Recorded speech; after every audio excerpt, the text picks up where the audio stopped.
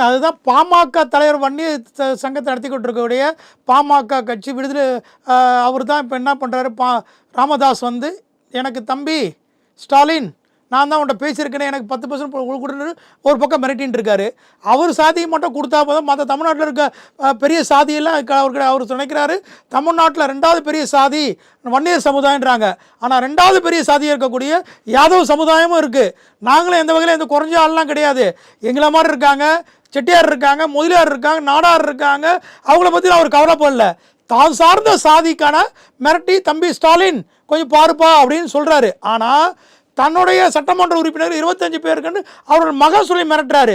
இப்படி இருக்கிறதுனால Duraimurugan one of the ராமதாஸோட பேக்ரவுண்டில் இருந்தாலையும் வன்னியர் சமுதாயத்தோட பெல்ட்டை வச்சு மிரட்டிட்டு இருக்காரு.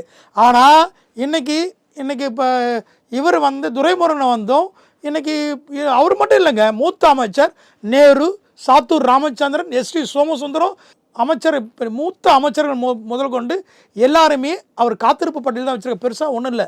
நேருவே தடுமாற்றத்தில் தான் இருக்கார்.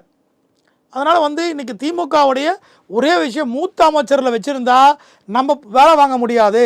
அதனால் பிள்ளைக்கு கண்ட்ரோலாக இருக்க மாதிரி இளைஞரணிகளை கொண்டு வந்து ஆல்டர்னேட்டை வந்து யங்ஸ்டர்ஸை கொண்டு வந்து தான் பிள்ளைக்கிட்ட கட்சியை கொடுத்தணுன்றதுனால தான் முழுக்க தமிழக முதலமைச்சருடைய மனைவியாரும் அவருடைய மகனுக்காக ஒரு கோயிலாக ஏறி யாகம் பண்ணிட்டு நடத்திட்டு இருக்காங்க. அதனால் வந்து இன்றைக்கி திமுகவுடைய அரசியல் நிலமும் ஒன்று, இது மூச்ச 3 தேர்தல்லையும் இன்றைக்கி விடுதலை சிறுத்தை இன்றைக்கி திமுகவோட தோல் சுமந்துட்டு இருந்தாங்க. நாளை விடுதலை சிறுத்தை வெளியே போயிடுமான்று நிலைமையும் தெரியாமல் இருக்கு. ஏன்னா பாமக எல்லா வகையிலும் உள்ள வரதுக்கான வேலைகளும் பேச்சுவார்த்தைகளும் ஓஹோன்னு ஓடிட்டுருக்கு.